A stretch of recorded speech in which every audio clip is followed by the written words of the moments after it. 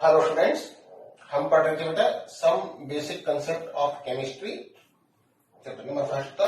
आज इसका हम लेके आए हैं लेक्चर नंबर 7। ठीक है, तो पिछले लेक्चर में बेटा हमने पढ़ा था परमाणु द्रव्यमान के बारे में, परमाणु क्रमांक के बारे में, आणविक द्रव्यमान के बारे में। ठीक है, एक बात और छोटी सी आती है बेटा उसमें, वहां आती है वो सूत्र द्रव्यमान के बारे में।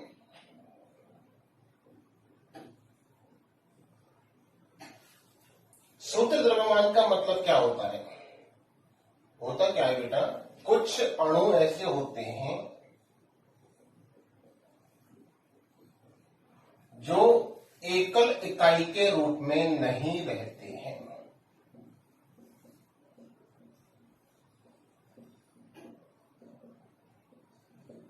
कुछ अणु ऐसे होते हैं बेटा जो एकल इकाई के रूप में विद्यमान नहीं रहते हैं, जैसे NaCl।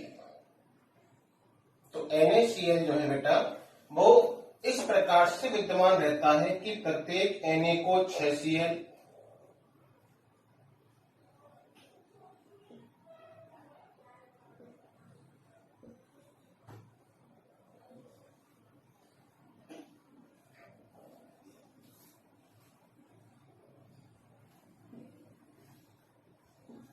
और प्रत्येक Cl को 6 Na,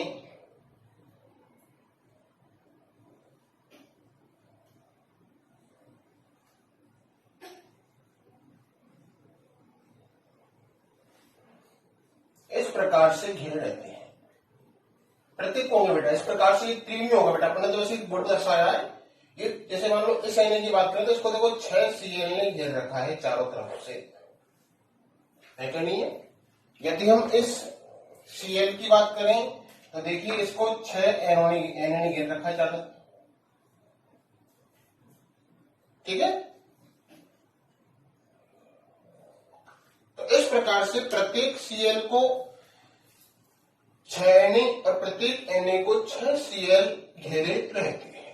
ठीक है, तो NaCl में बेटा कई सारे Na होते हैं और कई सारे Cl होते हैं। ये है आपका नमक का सूत्र। ये क्या होता है? नमक। ठीक है, तो ऐसे जब यौगिक होते हैं तो इन यौगिकों के जैसे नमक का फॉर्मूला ये है बेटा, सूत्र ये है। ठीक है, और इस सूत्र का हम लेते हैं जनरली द्रव्यमान। जैसे इसका द्रव्यमान हो जाएगा 23 + 35.5, ये हो जाएगा बेटा आपका 58.5। तो ये जो द्रव्यमान होगा इसे आणविक द्रव्यमान ने कहकर सूत्र द्रव्यमान कह सकते हैं। ठीक है, इसे आणविक द्रव्यमान ने कहकर क्या कहेंगे? सूत्र द्रव्यमान। ठीक है, तो कुछ अणु ऐसे होते हैं जो जनरली एकल इकाई के रूप में विद्यमान नहीं रहते हैं। ठीक है, तो उन अणुओं का जो अणुभार या आणविक द्रव्यमान होता है बेटा, क्योंकि हम उन अणुओं के सूत्र की सहायता से द्रव्यमान निकालते हैं, तो उसे हम नाम देते हैं सूत्र द्रव्यमान। ठीक है, ये छोटी छोटी बातें थी बेटा जो आपको आनी चाहिए।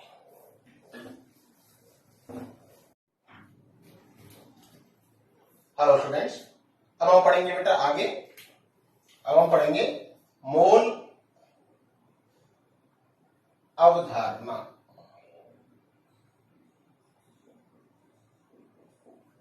एवं मोलर द्रव्यमान।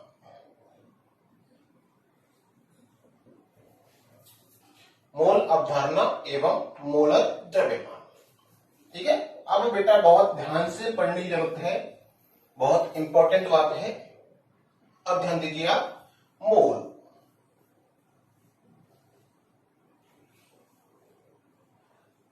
What is mole? ठीक है, तो मोल क्या है बेटा?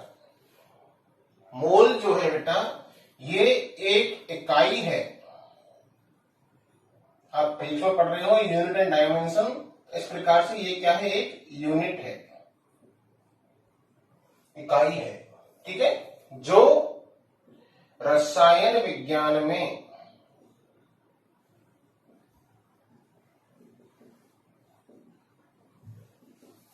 पदार्थ की मात्रा को दर्शाने के लिए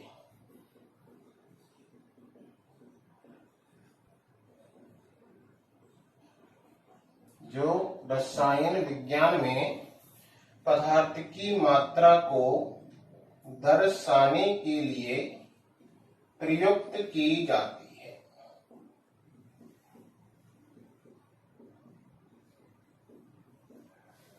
ठीक है, मोल क्या है? मोल एक इकाई है, एक यूनिट है, जिसे हम पदार्थ की मात्रा को व्यक्त करने के लिए केमिस्ट्री में उपयोग में लेते हैं। ठीक है, जैसे मैं कह दूं 1 दर्जन, आप तुरंत कह दोगे पदार्थ की मात्रा है इसमें 12 है कि नहीं है? ऐसे ही बेटा एक मोल है, ऐसे ही होता है एक मोल। एक मोल का मतलब होता है कि उसमें पदार्थ के कणों की संख्या जो है वो होगी बेटा 6.022 इंटू 10⁻23। ठीक है, और इस वैल्यू को हम एक नाम देते हैं Na, आवोगाद्रो स्थिरांक।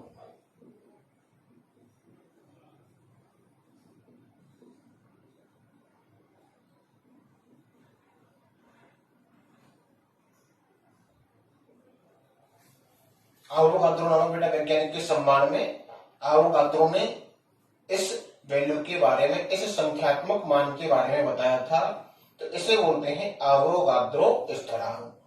ठीक है, जैसे 1 दर्जन बराबर होता है 12, उसी प्रकार 1 मोल बराबर होता है ये आवोगाद्रो स्थिरांक के बराबर।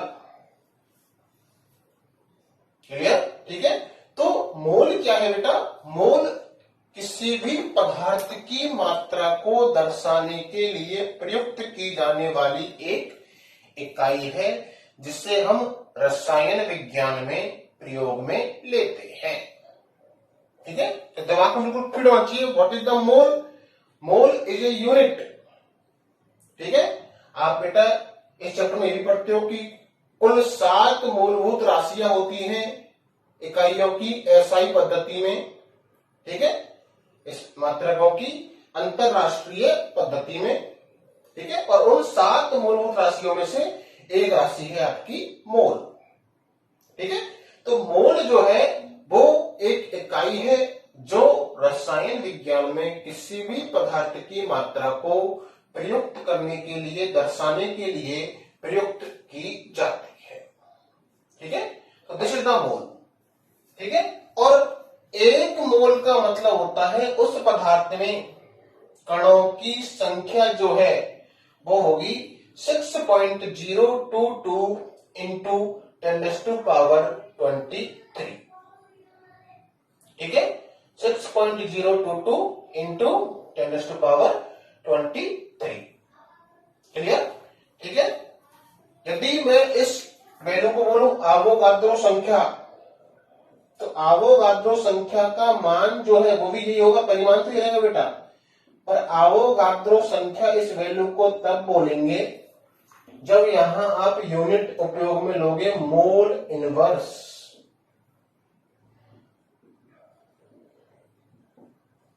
तब इस वैल्यू को बोल देते हैं हम आवोगाद्रो संख्या। ठीक है, क्लियर? तो मोल कुछ भी नहीं है, मोल किसी भी पदार्थ की मात्रा को व्यक्त करने की एक इकाई है। ठीक है, और 1 मोल में पदार्थ के कणों की संख्या ये आवोगाद्रो साहब ने निकाली थी, ज्ञात की थी प्रायोगिक रूप से, और इस वैल्यू का मान बताया गया था। ये फिक्स वैल्यू है, स्थिर वैल्यू है बेटा। आप किसी भी पदार्थ को ले लेना, और रसायन विज्ञान में यदि आपने उस पदार्थ के 1 मोल लिए तो उस 1 मोल में हमेशा उस पदार्थ के कणों की संख्या, बेटा ध्यान देना इस तरह बात पे, मैं कह रहा हूं पदार्थ के कणों की संख्या, भाई मेरे वर्ड्स पे ना बेटा, मैं कह रहा हूं आपसे पदार्थ के कणों की संख्या अब पदार्थ आप पढ़ चुके हो, पदार्थ अणु भी हो सकता है, पदार्थ परमाणु भी हो सकता है और पदार्थ यौगिक भी हो सकता है। यदि अणु है तो अणुओं की संख्या, परमाणु है तो परमाणुओं की संख्या और यौगिक है तो यौगिक के कणों की संख्या जो है वो हमेशा एक मोल में जो निकलेगी वो निकलेगी आपकी इतनी। चाहे रसायन विज्ञान में आप कोई भी पदार्थ ले लेना और इससे हम दर्शाते हैं। आवोगाद्रो साहब एक वैज्ञानिक थे बेटा, उनके सम्मान में आवोगाद्रो संख्या Na, एवोगैड्रो नंबर, ठीक है, एवोगैड्रो नंबर, क्लियर, ठीक है। तो मोल जो है दिमाग में हल्का फुल्का बेटा, मोल का मीनिंग दिमाग में फीड हुआ होगा आपके में कि mole is a unit for express the quantity of matter, पदार्थ की संख्या को व्यक्त करने की इकाई, ये बात है बेटा मोल की, ठीक है बेटा। मोल को भी मैट्रिक्स से पढ़ेंगे। मोल से पहले फिर हम पढ़ लेते हैं यहां पर मोलर द्रव्यमान के बारे में।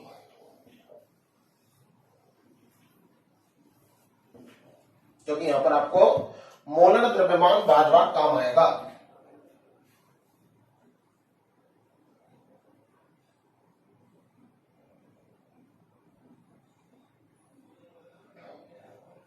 मोलर द्रव्यमान जो होता है बेटा वो होता है किसी पदार्थ के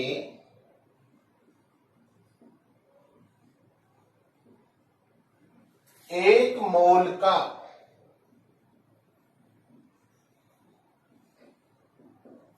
ग्राम में द्रव्यमान।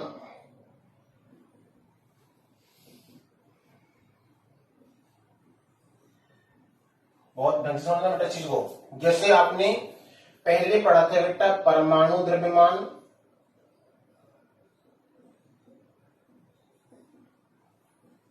या पढ़ा था आपने आणविक द्रव्यमान के बारे में,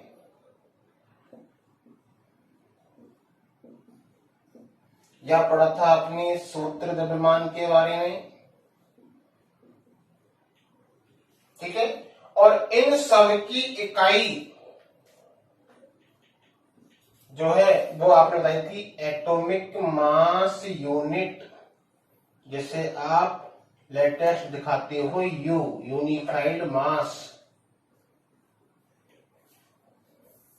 एकीकृत द्रव्यमान के रूप में, ठीक है।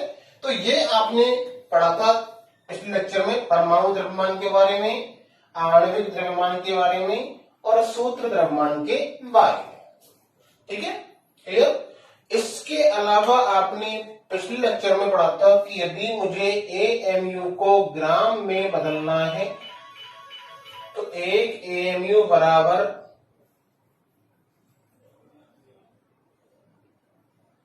ये ग्राम था, या इसको आपने सॉल्व करके लिखा था 1.67 माइनस 24 ग्राम। तो ये बात आप पहले से पढ़ चुके हो, जानते हो, ठीक है। अब मोलर द्रव्यमान जो है बेटा इसका मीनिंग होता है किसी पदार्थ के एक मोल का ग्राम में द्रव्यमान, ठीक है। एक बहुत अच्छी बात निकल के क्या आती है कि मोलर द्रव्यमान और परमाणु द्रव्यमान जो होता है इसका परिमाण जो होता है वो होता है हमेशा समान।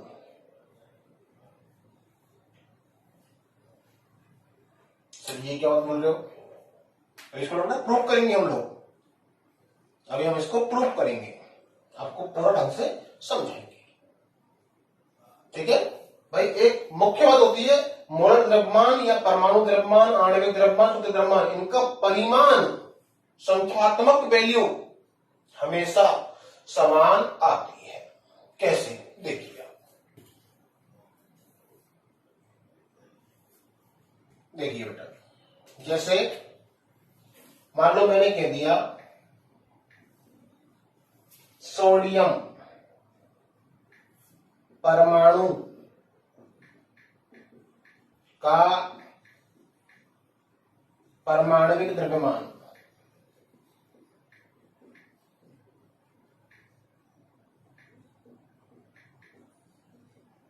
और ये होता है आपका 23, आपको पता है अच्छी तरह होता है कि नहीं होता बच्चों, क्लियर, ठीक है। और इसकी यूनिट लिखते हो आप यू या एमयू, क्लियर, ठीक है। अब यदि मुझे इसका मोलर द्रव्यमान निकालना है,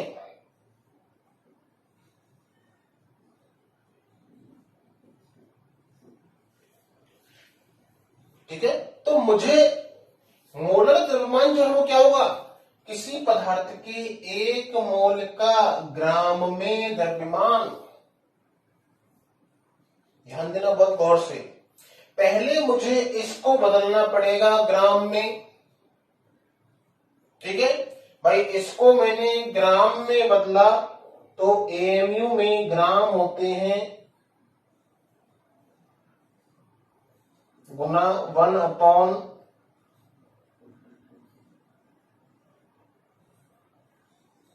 होते नहीं होते भैया, क्लियर। मैंने इसे ग्राम में बदला, ठीक है।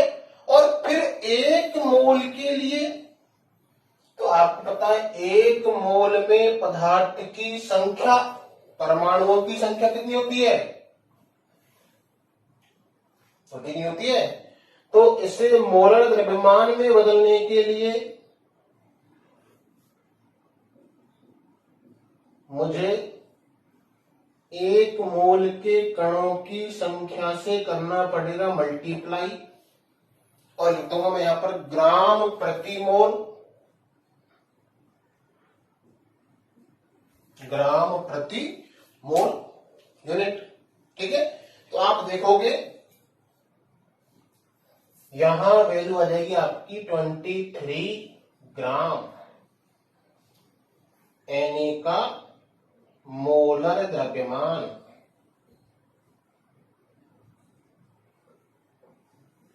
ये रहेगी आपकी 23 ग्राम, ठीक है। तो आपको साफ साफ दिख रहा है बेटा कि 23U 23 ग्राम,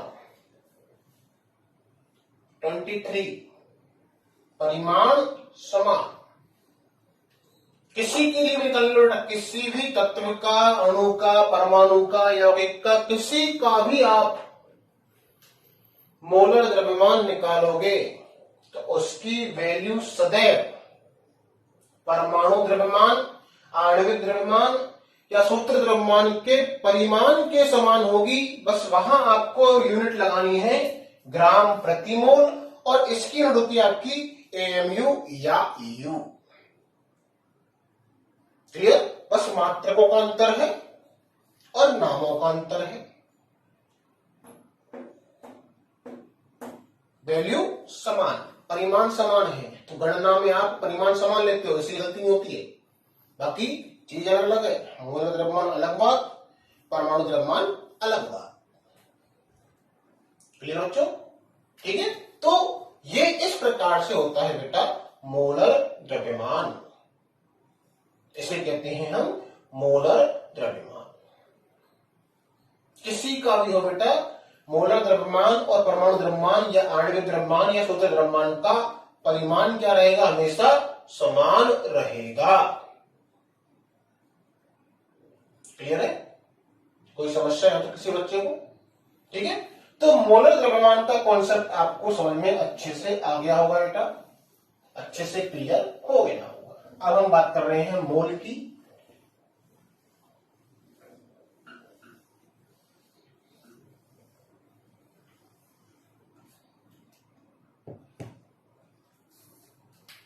मोल चल रहा था अपना, मोल में कह दिया बेटा आपने कि अब मोल की पढ़ते हैं हम परिभाषा।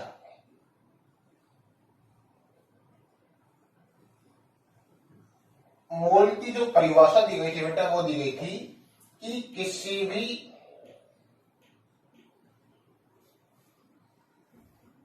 पदार्थ के 1 मोल में कणों की संख्या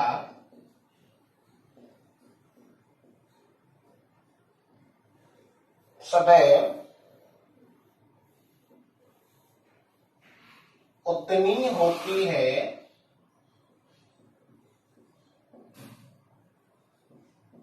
जितनी कार्बन 12 के 12 ग्राम में कणों की संख्या होती है। ठीक है, अब कार्बन 12 परमाणु है तो ऐसे परमाणु हो सकते हैं, परमाणुओं की संख्या होती है।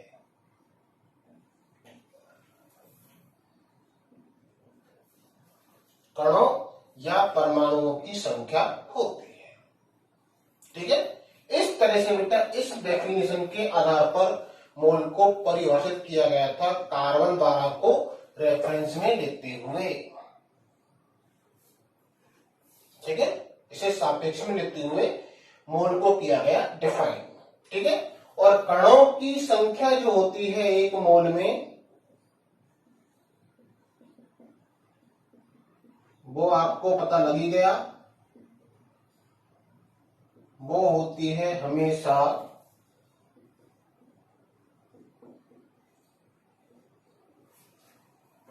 तो कार्बन 12 के आधार पर इसे खोजा गया था, कार्बन 12 के आधार पर इसे परिभाषित किया गया था मोल को, कि किसी भी पदार्थ के एक मोल में कणों की संख्या सदैव उतनी होती है जितनी कार्बन 12 के 12 ग्राम में कणों की या परमाणुओं की संख्या होती है। ये कहा गया मोल के बारे में, और ये निकला बेटा कंक्लूजन कि एक मोल में जो कणों की संख्या निकाली गई वो प्राप्त होती ये, जिसे बोला गया था अवोगाद्रो स्थिरांक।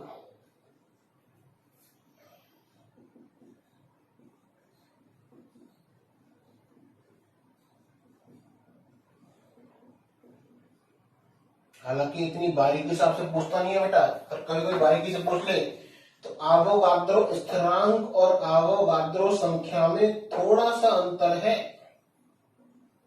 अनेक अंतर है। और वो अंतर क्या है? अवोगाद्रो संख्या जो आप लिखोगे वो लिखोगे इस रूप में, यहां ये यूनिट लगाना अनिवार्य है।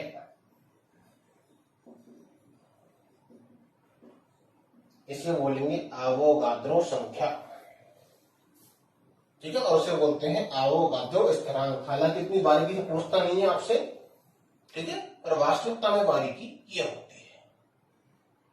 ठीक है, तो ये है बेटा मोल के बारे में थोड़ी सी जानकारी। ठीक है, मोल के बारे में और अधिक जानकारी के बारे में हम अगले लेक्चर में अध्ययन करेंगे। तब तक आप पढ़ते रहें, कोई भी दिक्कत आए मुझसे डिस्कस करें। धन्यवाद।